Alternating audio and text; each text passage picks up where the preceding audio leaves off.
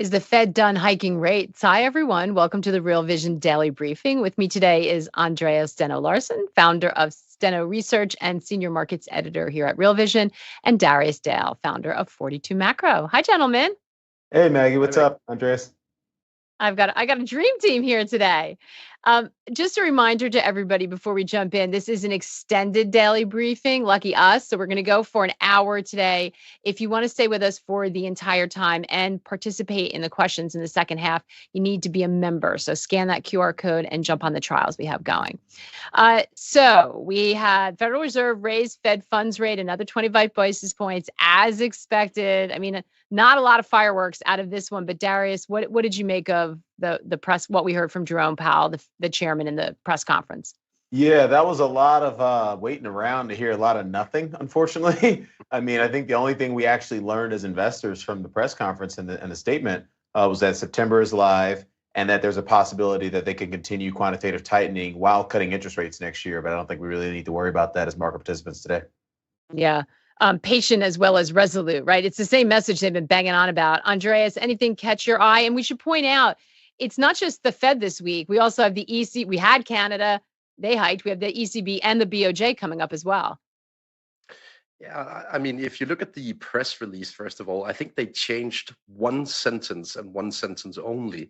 They changed the wording on the growth outlook from a modest growth pace to a moderate growth pace.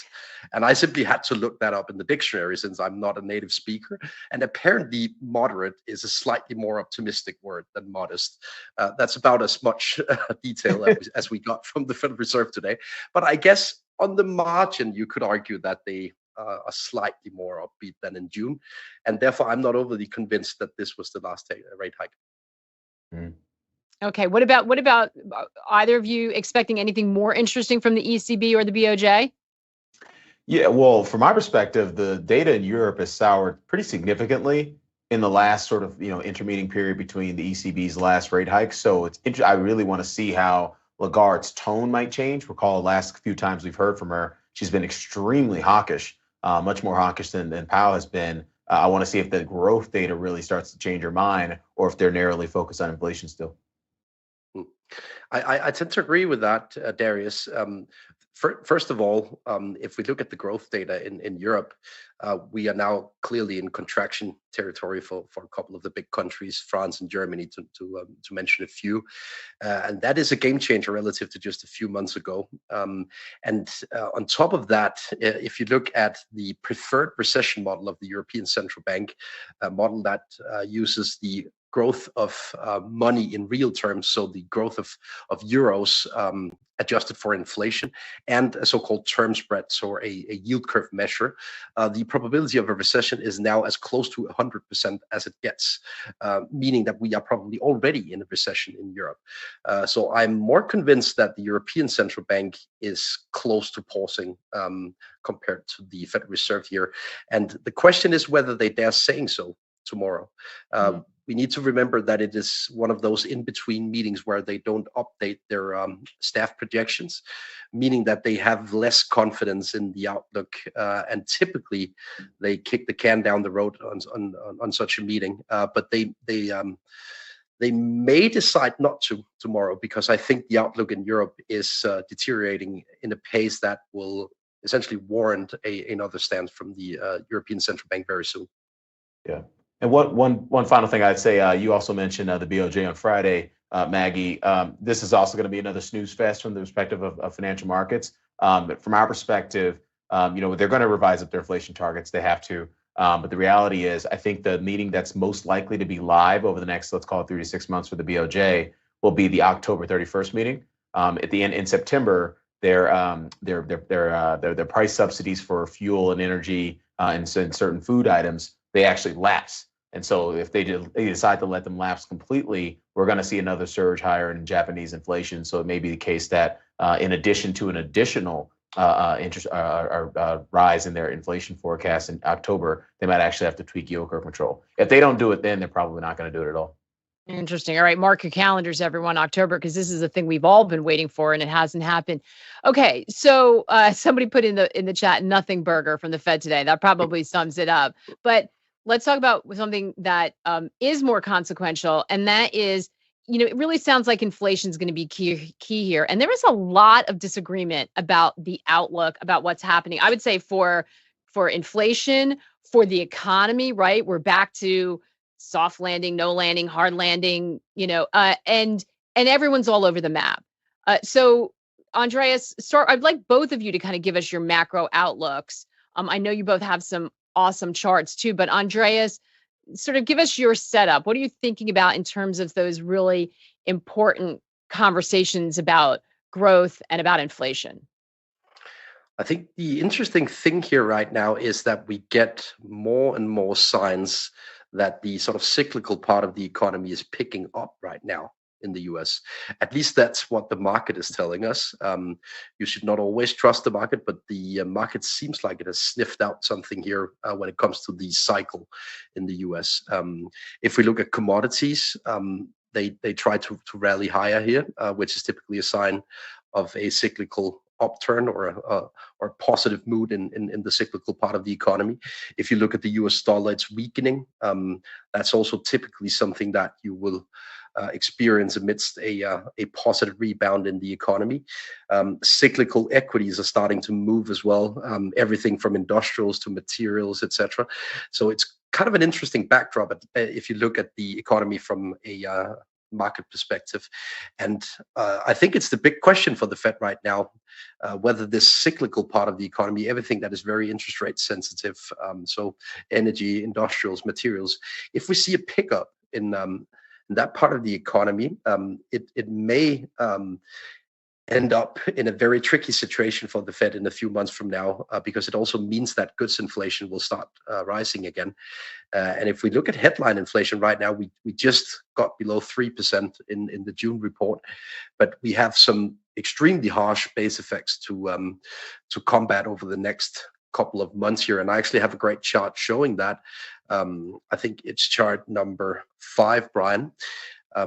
If we look at headline inflation from here and until the meeting in September, it is very likely that we get above 3% again, unless we get some major surprises on the low side in the core inflation measure, because energy is moving upwards, and the inflation in July last year printed at 0%. So if the monthly pace of inflation is just 0.1% through July, I think it's very likely that it is. Then we will get a pickup in the yearly inflation measure ahead of the September meeting, and likely be back above 3%. And I think the Fed can very well use that as an excuse to hike again if they want to. And the latest set of dot plots basically showed that they had a willingness to hike another 25 basis points this year on top of what we saw today. So I think that this is really the key question right now. Is there a cyclical upswing brewing here as a consequence of lower energy prices, as a consequence of a weaker dollar? And I wouldn't rule it out. And that would certainly lead to a completely different macro landscape than the one that we've been discussing over the past couple of quarters here. Mm-hmm. Yeah, I agree. Darius, decide how you see it setting up as well. And my question, of course, is going to be: is this priced in? Yeah. So is a surge higher in inflation? Surge is probably too strong of a word, but is a rebound in inflation, and more importantly, a firming of inflation relative to consensus expectations priced in? Absolutely not. If you think about what's been priced into asset markets, and we run a pretty sophisticated dynamic factor model to identify what the market's pricing in from a regime perspective, and the probability of that regime, kind of dissipating or inflecting. And what's been driving asset markets from the perspective of that system is this sort of concept that immaculate disinflation is inflating soft landing expectations. So you have what we call transitory Goldilocks. We're in this sort of multi-month period of where it feels like the economy can do no wrong. We get soft landing, we get inflation going down, so that's great. And so going back to your question of whether or not that's priced in, clearly, if we start to see something, the narrative around immaculate disinflation shift, we're going to actually lose the ability for the market to say, well, I can roll that forward into soft landing, rising soft landing expectations. Brian, if you throw up on chart 5, where we show several measures of underlying inflation. So we have median CPI, trim mean CPI, median PCE deflator, trim mean PCE, and then we have core PCE and super core PCE. And one thing I call out in the context of this chart is that the blue bars show the 3-month annualized growth rates, the red lines show the year over year. the year-over-year number rate of changes on a lot of all of these statistics are going to continue heading lower in the next few months just to catch down to where the sequential readings are. But what's concerning about the sequential readings, particularly if you look at median CPI, trim mean CPI, we're no longer really making progress. Now it's like 1 month of no longer really making progress. But if we start to stall out at levels of somewhere between 3 and 4% in terms of these more core underlying measures of inflation, that's going to be a big problem. And the reality is that's the highest probability outcome at some point over the next, let's call it 3 to 6 months. If you think about our view that the U.S. economy is unlikely to enter recession until we get into Q4 or Q1 of next year, and that's what I mean enter recession. So obviously we won't be deeply into recession until maybe let's call it second quarter of next year.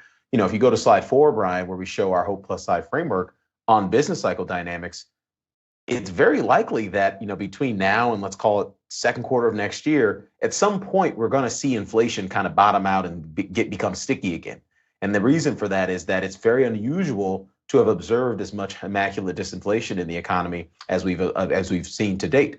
And so what this chart shows is the delta adjusted Z-score of a basket of indicators that represent each of these cycles. And so we have the housing cycle, which tends to break down right around 18 months ahead of a recession. We have the order cycle, which tends to break down right around 8 to 10 months ahead of a recession. Production and profit somewhere around 4 to 6 months ahead of recession. Employment tends to break down right, on the doorstep of recession, which makes a lot of sense given the NBER's, process. But what we tend to see is that inflation is the most lagging indicator of the business cycle. And so this is a long-winded way of saying we've gotten a lot of immaculate disinflation. It's likely been because of the transitory elements of inflation have dissipated or disinflated. And we're going to be left with a structurally higher level of inflation that is inconsistent with 2%, which means we actually are going to have to go through the inflation process to get it back down to and potentially through 2%. So that is going to be an issue for the market. It's not an issue for the market yet. It'll probably be an issue for the market. Let's call it fourth quarter, first quarter of next year. So we have some time to wait and kind of see this play out. Yeah. So Andreas, I mean, at the risk of oversimplifying this, why is everyone getting this wrong? Or why are people, maybe the better question is, why are people so married and so quick to return to that soft landing, Goldilocks, some of the terms that Darius threw out? Why is everyone so quick to assume that that's how it's going again? But to be honest, Maggie, I think I'm the perfect subject matter expert here because this is the first time in my adulthood that I experience inflation. And therefore, my sort of equilibrium scenario, or the scenario that I've known throughout my adulthood, is a scenario with no inflation, or at least low inflation. Andreas froze for just a second, but No I think he'll snap back.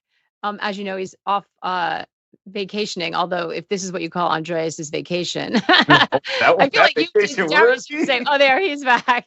Go ahead. So, but Andreas, you were just saying that you're sort of a great poster child for this. So you've not really known an inflationary environment.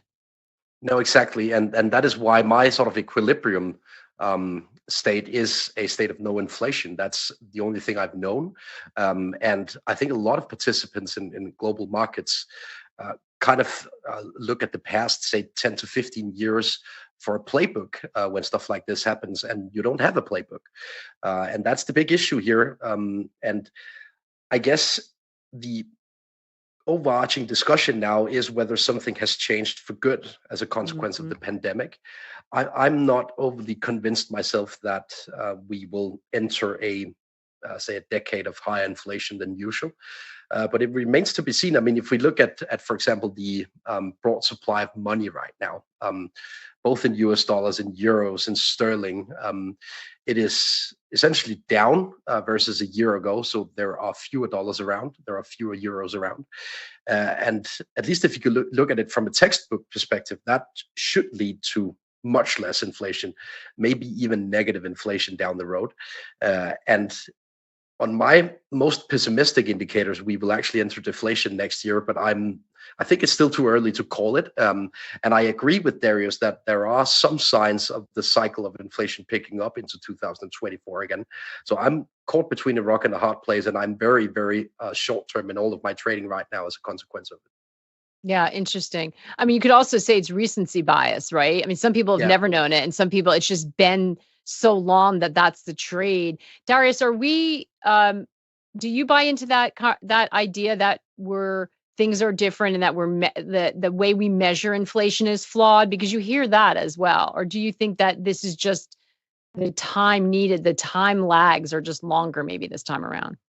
I think the time lags are longer this time around. We've done a bunch of work on that. Why the time lags are longer. Let me just, before we even unpack that particular aspect of the question, let me say something on the measurement of inflation. I think we talked about this last time I was on, but it doesn't matter what inflation is. It matters where it's going. It's the rate of change of inflation that matters to financial markets, the speed of which it's changing. It's not the actual level. The only institution that cares about the level is the Fed, and we have to react to what they're doing. And obviously, we front run what they're doing by monitoring the rate of change, the magnitude, et cetera. So it's apples to apples as a time series. So it doesn't matter if Truflation's right or the BLS is right or some other organization is right. It's just, what does it matter to the Fed?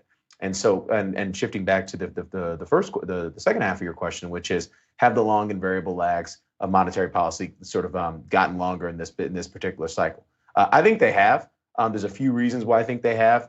We'll list everything we talked about last time I was on, or a couple times ago I was on, where we had a bunch of factors that were contributing to our resilient U.S. economy theme. Recall that almost a year ago to this day, we identified that the U.S. economy, that lag would be longer in this particular business cycle, and that the U.S. economy would remain resilient, well into 2023.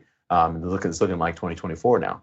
So I'll just list those things real quickly and add one chart to that, which is one, we had near record cash on household balance sheets. We had near record cash on corporate balance sheets, both from a nominal perspective and also as a share of total assets on both of those sectors. Private sector income and wealth have outpaced inflation since the start of the pandemic. So as much as inflation's risen, we've seen income and wealth rise faster than inflation on a cumulative basis. We have limited credit cycle vulnerabilities. We don't have the kind of capital misallocation in this business cycle that we've historically had ahead of recessions, which obviously means the recession is going to be delayed or it's going to be mild or both. We have limited exposure to the volatile manufacturing sector, which on a median basis accounts for 98% of the net job loss in a business cycle downturn. We also have labor hoarding, which is a complicated topic, but we can unpack that. And we also have Bidenomics, which we have this record non-war, non-recession budget deficit in the U.S. economy that's obviously contributing to the resiliency of nominal GDP. And so one final thing I'll add to that list, so I'll go to slide 2, Brian, if you can throw that chart up. So this is a pretty wonky chart. I fancy myself and pretty schooled at making complicated charts, but I'll take some time to explain this.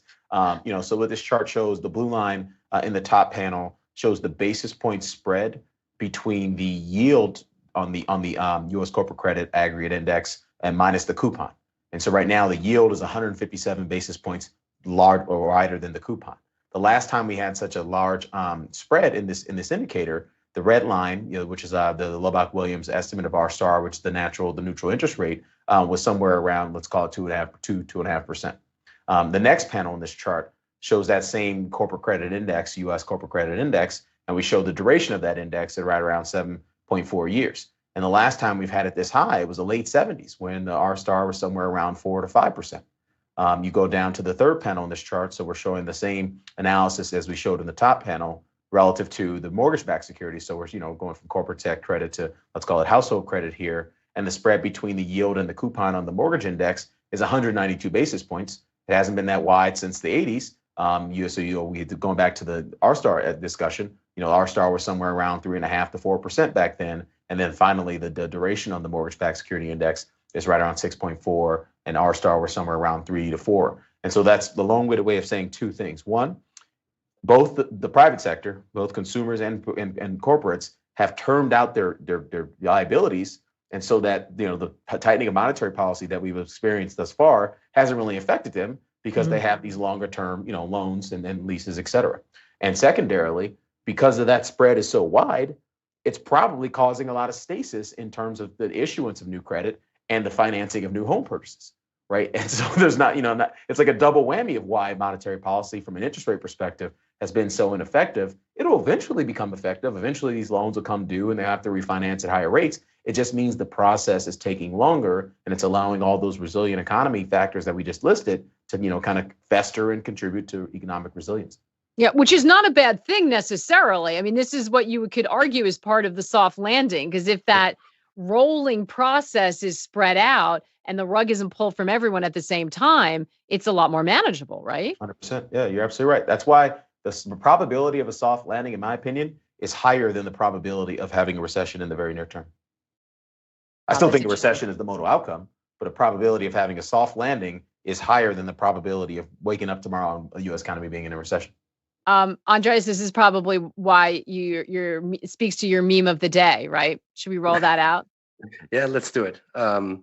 Paul has apparently landed on the moon. At least it was. I think he tried to convey that message today. And I let me just find the exact phrasing here, because I think the Fed basically went from saying that they needed a recession to lower inflation, to saying today that Powell admitted to no longer forecasting a recession. It was no longer the base case of the Fed.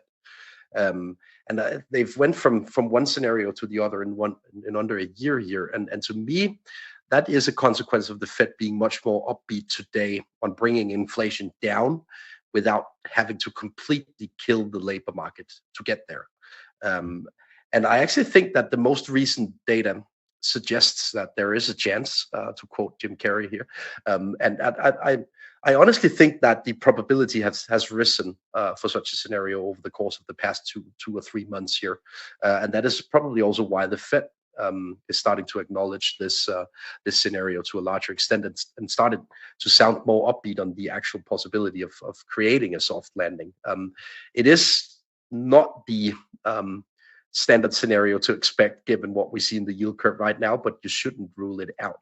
But I actually have one thing to add on the leads and lags and inflation, and I'd like your take on it as well, Darius, since you're one of the best followers of US inflation I know out there.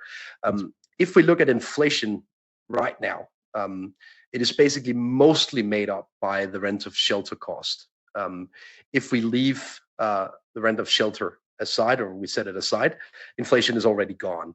And if we use various live gauges of the cost of rent, we probably get to levels close to zero in inflation, maybe even below zero if you use some of the online versions of the rent of shelter cost.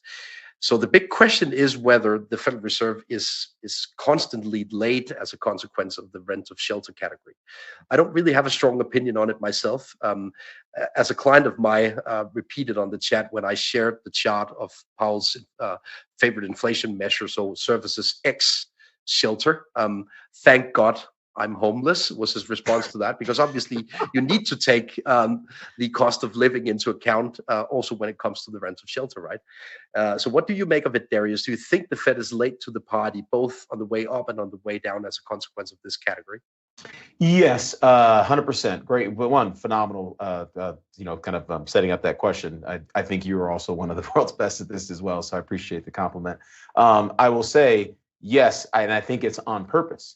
Because the reality is that, as much as Zillow can tell you what home prices are doing based on their metrics, or, these other private sector entities, the reality is just because Zillow tells you what a home price is doing doesn't mean that we all have different rents, or we have all new different mortgage payments, right?